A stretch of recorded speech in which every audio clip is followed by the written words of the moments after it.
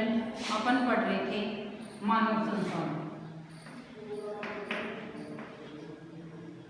मानव संसाधन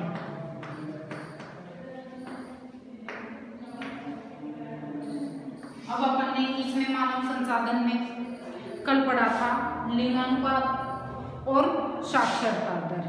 ठीक है कि अधिक साक्षरता वाले कौन से राज्य हैं, राजस्थान में कौन से जिले हैं, कम साक्षरता वाले कौन से हैं। इसी प्रकार से लिंगानुपात प्रति 1000 व्यक्तियों पर स्त्रियों की संख्या को लिंगानुपात कहा जाता है।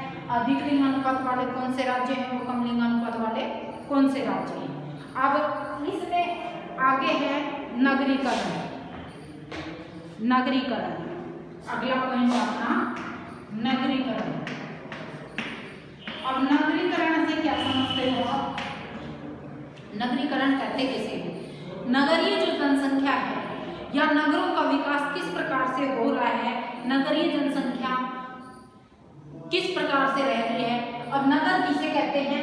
नगर उसे कहते हैं जहां पर 50% से अधिक जनसंख्या, देखो सरल भाषा में 50% से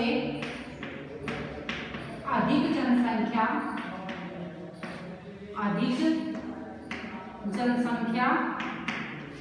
गैर कृषि कार्यों में, गैर कृषि या गैर प्राथमिक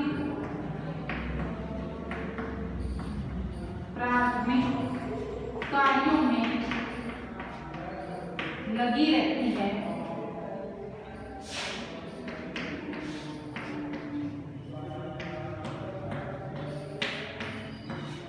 उसे नगरीय जनसंख्या कहा जाता है। ठीक है, जहां की जनसंख्या 50% से अधिक जनसंख्या किस कार्यों में, गैर कृषि का कार्य, गैर कृषि या गैर प्राथमिक कार्य।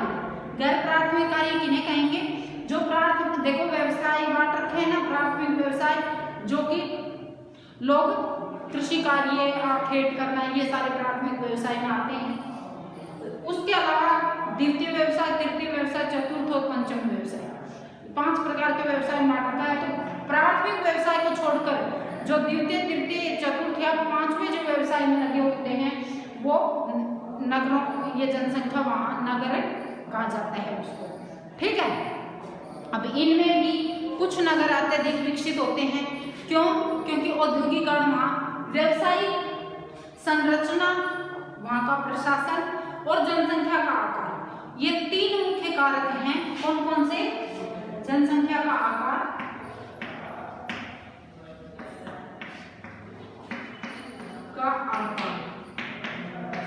दूसरा है वहां पर व्यवसायिक संरचना,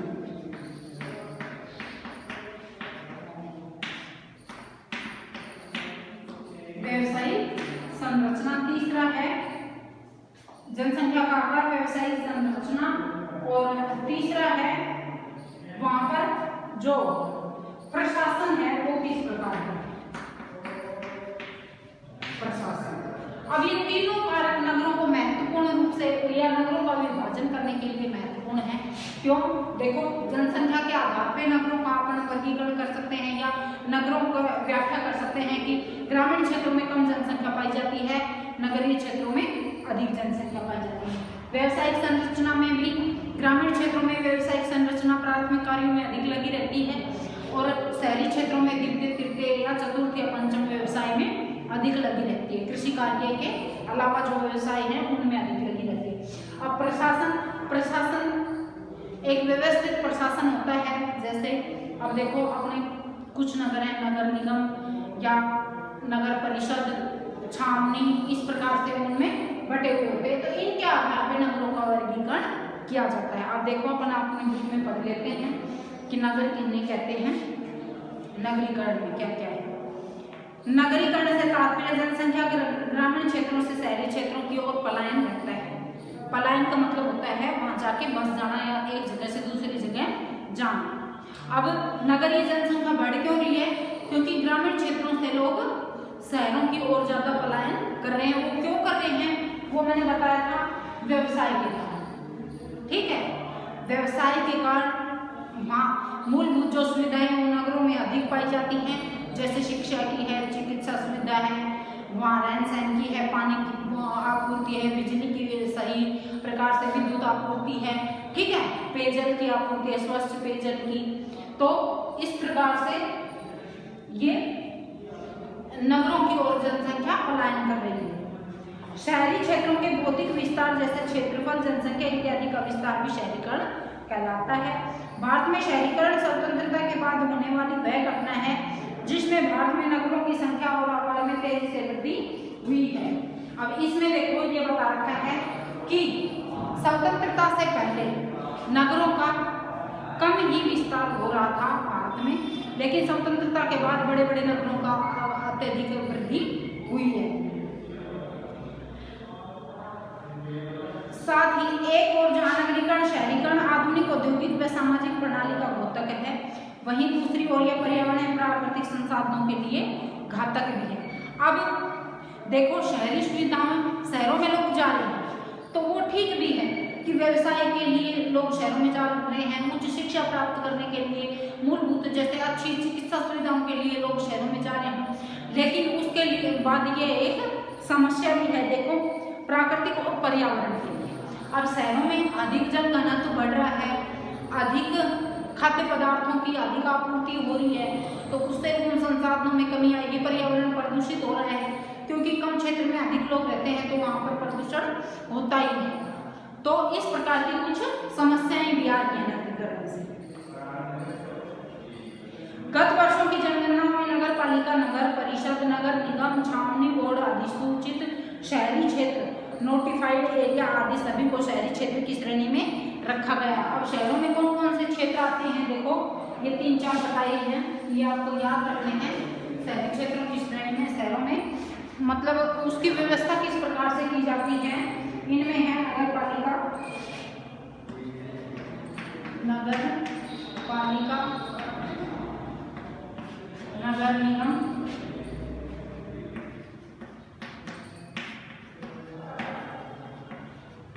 नगर परिषद,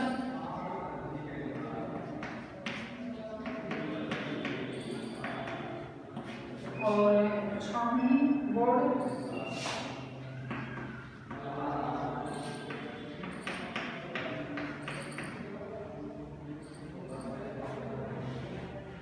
ये सारे नगरों के मतलब भाग हैं कि कहीं नगर पालिका मिलेगी, कहीं नगर निगम मिलेगा, कहीं नगर परिषद और छावनी बोर्ड, ये तय कर रखे हैं। वहां के प्रशासन की एक व्यवस्था है, इसमें आते हैं।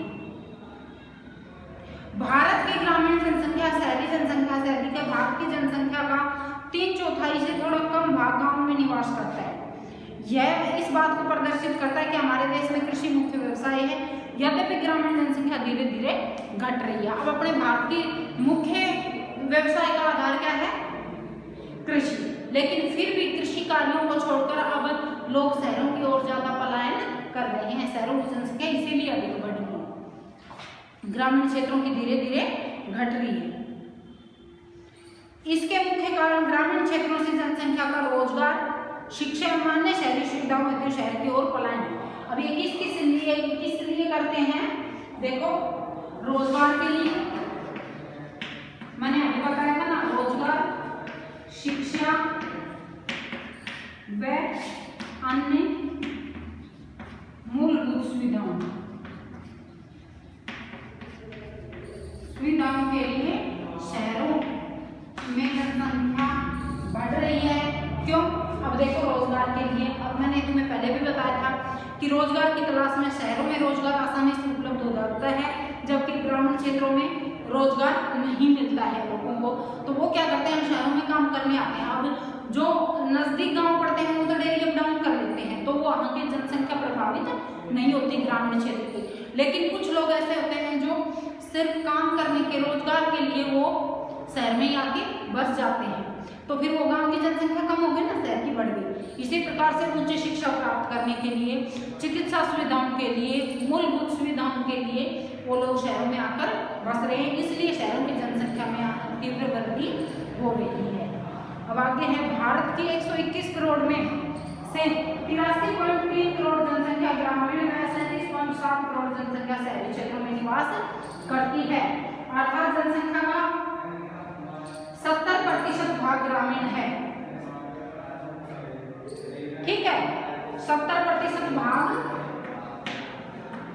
ग्रामीण क्षेत्र में रहता है और 30% भाग शहरी क्षेत्र में। ठीक है, ये चीज आपका याद रखना है। विभिन्न दशकों में ग्रामीण एवं शहरी जनसंख्या को प्रदर्शित किया गया। ये टेबल जो दे रखे हैं ना आपकी बुक में, प्रत्येक दशक में शहरी जनसंख्या का प्रतिशत बढ़ रहा है, जो जनसंख्या का शहरों की ओर पलायन को दर्शाता है। अब 1901 से आंकड़े दिए गए हैं शहरी जनसंख्या और ग्रामीण जनसंख्या, लेकिन धीरे धीरे आप देखते हैं कि ग्रामीण जनसंख्या है उसमें तो कमी आ रही है और शहरी जनसंख्या बढ़ रही है। इसका मतलब क्या हुआ कि शहरों की जनसंख्या में अधिक वृद्धि हो रही है। ठीक है, अब राजस्थान की कुल जनसंख्या का 75.13% भाग ग्रामीण एवं शेष 24.87% भाग शहरी क्षेत्र में निवास करता है। हालांकि शहरीकरण की प्रवृत्ति तेजी से बढ़ रही है, परंतु आज भी राजस्थान में 3/4 जनसंख्या ग्रामीण क्षेत्रों में निवास करती है, जिनका मुख्य व्यवसाय क्या है? कृषि का। अब इसके आगे है देखो जनसंख्या नीति। अब जनसंख्या नीति में किस प्रकार से, यह तो था नगरीकरण आपके आ गया होगा समझ में कि 70% जनसंख्या तो ग्रामीण क्षेत्र में निवास करती है और 30% जनसंख्या शहरों में निवास करती है। शहरों में निवास लोग क्यों आते हैं? रोजगार, शिक्षा व अन्य मूलभूत सुविधाओं के लिए शहरों में आते हैं। शहरों का जो प्रारूप है वो नगर पालिका, नगर निगम, नगर परिषद और छावनी बोर्ड इनके द्वारा बनाया हुआ है। अब शहरों में रोजगार के लिए लोग आते हैं, यहाँ द्वितीय, तृतीय और चतुर्थ या पंचम व्यवसाय में लोग लगे हुए हैं। ठीक है, अब अगला है जनसंख्या नीति।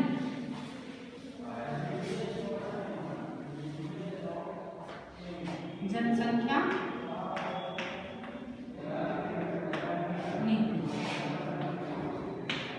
अब जनसंख्या की नीति क्या है कि इसमें देखो किस प्रकार से जन्म दर, मृत्यु दर, ये सारे किस प्रकार से प्रभावित होते हैं। राष्ट्रीय जनसंख्या नीति 2000 में 14 वर्ष से कम आयु के बच्चे को निःशुल्क शिक्षा प्रदान करके शिशु मृत्यु दर को प्रति 1000 में से 30 से कम करके व्यापक स्तर पर टीका रोधी बीमारियों से बच्चों को छुटकारा दिलाने, लड़कियों की शादी की उम्र को बढ़ाने के लिए प्रोत्साहित करने तथा परिवार नियोजन को एक जन केंद्रीय कार्यक्रम बनाने के लिए नीतिगत ढांचा प्रदान करता है।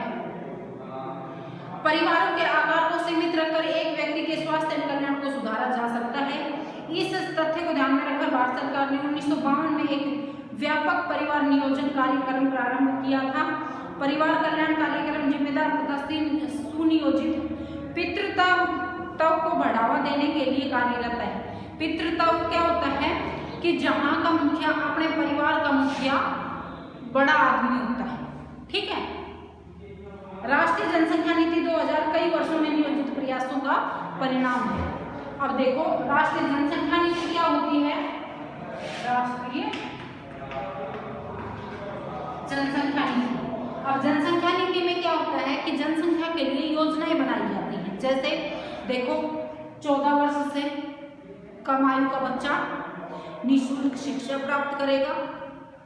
उसके अलावा वो कोई भी आर्थिक रूप से जो इनकम होती है उसके लिए वो मजदूरी नहीं करेगा। मतलब ये शारीरिक मानसिक कोई भी काम वो करने के लायक नहीं रहता क्योंकि वो बच्चा रहता है। अब अपनी उम्र तय कर रखे ना कि 18 साल से पहले चाहे वो लड़का हो चाहे लड़की हो, मैच्योर नहीं होता है तब तक वो कोई भी इंडिपेंडेंट काम नहीं या कोई भी जॉब नहीं कर सकता। अपनी सारी जॉब के लिए अपना अप्लाई कब कर सकते हैं? 18 साल के बाद भी कर सकते हैं। इससे सरकार ने एक मानक तय कर रखा है। अब जैसे लड़कियों की अपन ने साक्षरता पढ़ा था, अपन ने वो लिंग अनुपात पढ़ा था कि धीरे धीरे इसमें गिरावट आ रही है। तो ये क्यों आ रही है? अब सरकार इनके लिए नीति बना रही है कि 18 साल से कम लड़की की शादी नहीं होनी चाहिए, 21 साल का लड़का और 18 साल की लड़की होनी चाहिए शादी के लिए। ठीक है, जब तक वो मैच्योर नहीं हो जाते। फिर उसके बाद में बाल विवाह पे जैसे रोक लगी है, इसी प्रकार से बाल अपराध जो हो रहे हैं इन पे भी धीरे धीरे ये नीति बना बनाती है सरकार की इनकी रोकथाम की जाए, जिससे कि अपनी जनसंख्या का जो प्रारूप है या जनसंख्या अपनी सही काम करे, तभी तो अपन ये आर्थिक रूप से संबल बनेंगे। कोई भी देश तभी विकास कर सकता है जब उसमें ये जनसंख्या नीति सही रूप से लागू होगी। इसमें अपन ने पढ़ा ना कि जैसे अब पहले आप देखते थे कि जैसे पोलियो था, टीबी था, इन बीमारियों से काफी बच्चों की मौत हो जाती थी। जैसे अब क्या कर दिया कि सरकार ने इनका इलाज ढूंढ लिया, टीकाकरण व्यवस्था चला रखी है कि निःशुल्क होती है और सबको अवेयर करके कि घर घर जाके पहले तो कैंप लगाए जाते हैं, उसके बाद अगर वो वहाँ नहीं भी पहुँच पाते किसी कारण से तो घर घर जाके कोई बच्चा छूट नहीं जाए। तो इससे क्या उनका शारीरिक स्वास्थ्य जो है वो अच्छा रहता है, ठीक है, जिससे कि जनसंख्या पहले आप देखते थे कि जनसंख्या में काफी लोग जैसे 5-5 बच्चे होते थे जिनमें 1-2 मर जाते थे, 2-3 जिंदा रहते थे। तो अब ये जनसंख्या नीति बनाने से अब ऐसा नहीं होता, इन सभी चीजों की ओर ध्यान दिया जाता है। इसके लिए सरकार अलग से व्यवस्था करती है। अब देखो राजस्थान में जनसंख्या नीति क्या है। राजस्थान में जनसंख्या वृद्धि का कारण राज्य की विशेष भौगोलिक, सामाजिक, आर्थिक एवं सामाजिक पृष्ठभूमि है। यहाँ का 2/3 भाग मरु प्रदेश है और एक बड़ा भाग पर्वतीय एवं जनजातीय क्षेत्र है। महिला साक्षरता 52.66% ही है तथा सामाजिक चेतना शोचनीय स्तर पर है। महिलाएं आज भी संस्थागत प्रसव की अपेक्षा दाई द्वारा प्रसव कराने को ही अधिक महत्व देती हैं। क्यों? क्योंकि ग्रामीण क्षेत्र में देखो अब सरकार ने निःशुल्क कर रखा है ना कि जब जैसे औरत के कोई बच्चा होता है तो निःशुल्क डिलीवरी की व्यवस्था है कि चाहे वो गरीब हो चाहे अमीर हो, आप गवर्नमेंट हॉस्पिटल में लेके जाओगे वहाँ फ्री में व्यवस्था की जाती है। अगर लड़की का जन्म होता है तो उसको कुछ आर्थिक सहायता भी दी जाती है, ठीक है। तो इस प्रकार से यह नीति बनाई है सरकार ने कि ज्यादा से ज्यादा जो जनसंख्या है उसमें क्षति नहीं होनी चाहिए, नुकसान नहीं होना चाहिए। पहले आप देखते थे कि जैसे डॉक्टरों के लिए इतनी ज्यादा व्यवस्था नहीं होती थी, ग्रामीण क्षेत्र में महिला ही बच्चे को जन्म देते टाइम बच्चा मर जाता था या महिला ही खत्म हो जाती थी क्योंकि वो सुविधा की कमी के कारण। लेकिन अब सरकार ने इनके लिए सुविधाएं फ्री में एम्बुलेंस, आप फोन कर दो फ्री में एम्बुलेंस जाएगी, वहां से लेके आएगी, फिर वहां छोड़ के आएगी।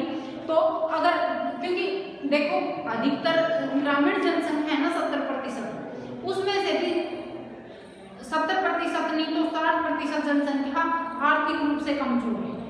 तो इसलिए सरकार विशेष योजनाएं चलाकर उनको प्रोत्साहित कर रही है। जनसंख्या वृद्धि की चुनौती का सामना करने के लिए राजस्थान में विभिन्न गतिविधियों एवं योजनाओं के माध्यम से जनसंख्या स्थायित्व के प्रयास किए जा रहे हैं। योग्य दंपतियों को उनकी इच्छा अनुसार परिवार कल्याण की आवश्यक सेवाएं उपलब्ध कराकर परिवार सीमित करने हेतु शिक्षित किया जा रहा है। पहले जैसे बच्चे को रूढ़िवादिता थी ना, तो बच्चे को जैसे भगवान की देन समझते थे, लेकिन अब उनका इलाज किया जा रहा है कि बच्चे सिर्फ 2 ही पैदा करने हैं, उसके बाद उनको नसबंदी वगैरह करवाकर जो चिकित्सा सुविधाएं हैं वो देकर उनको रोकथाम की जाती है। नियमित टीकाकरण अभियान, मातृ शिशु स्वास्थ्य पोषण दिवस व मुख्यमंत्री पंचामृत अभियान चलाकर गर्भवती महिलाओं और बच्चों को पोषण सेवाएं सुलभ कराई जाती हैं ताकि शिशु एवं मातृ मृत्यु दर को कम किया जा सके। जनमंगल योजना के माध्यम से गांव-गांव में जनमंगल जोड़ परिवार कल्याण के अंतर्गत साधन उपलब्ध करवा रहे हैं। परिवार कल्याण कार्यक्रम में महिलाओं की अहम भूमिका है, अतः महिला स्वास्थ्य केंद्रों से सुदृढ़ करने के प्रावधान किए जा रहे हैं ताकि ग्रामीण क्षेत्रों में रहने वाली महिलाओं को विभिन्न जन स्वास्थ्य एवं परिवार कल्याण कार्यक्रमों की जानकारी हो सके। इससे लाभान्वित हो सके। विभिन्न योजनाओं के अंतर्गत सरकार द्वारा दूर दराज के क्षेत्रों में चिकित्सा एवं परिवार कल्याण की सेवाओं का सुलभ करवाया जा रहा है। और इसमें यह बताया गया है कि जैसे जनसंख्या नीति में राजस्थान में भी जनसंख्या नीति को लागू किया जा रहा है क्योंकि राजस्थान का भौगोलिक क्षेत्र ऐसा है कि इस पर अधिकतर 60% भूभाग में तो यहाँ पर मरुस्थल पाया जाता है। उन क्षेत्रों में जनसंख्या विरल पाई जाती है, लेकिन वो भी जनसंख्या रूढ़िवादिता से अधिक ग्रसित है। धीरे धीरे उनके लिए जो जनजातीय क्षेत्र हैं, मरुस्थलीय क्षेत्र हैं, इनके लिए विशेष योजनाएं चलाकर उनको जागरूक किया जा रहा है। ठीक है, अब ये लेसन आपका कंप्लीट हो गया है। छोटे क्वेश्चन आंसर आप देख लेना, कल क्वेश्चन आंसर करेंगे, लर्न भी कर लेना।